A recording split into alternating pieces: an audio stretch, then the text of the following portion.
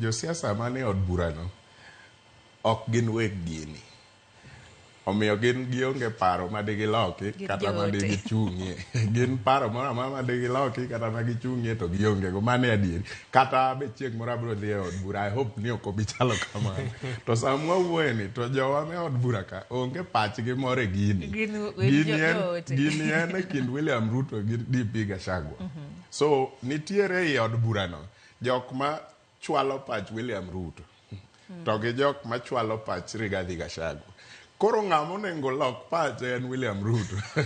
Kae to paro me i od cha lokore aloka. Kata ng'ama onego lok pache machielo en Rigathi Gachagua. Kae to paro moro lokore e iye kuno. Maybe by extension wanyalo na wacho ni nitie kweth moro koro kaka magwa ma owuok e Azimio gi ODM. Gin bende ginyalo bedo gi pachgi moro. En na ni pachgi ok opogore gi paro ariyogi. Pachgi either ungo paro achiel, either giungo paro mar William Ruto kata paro mar Rigathi Gachagua.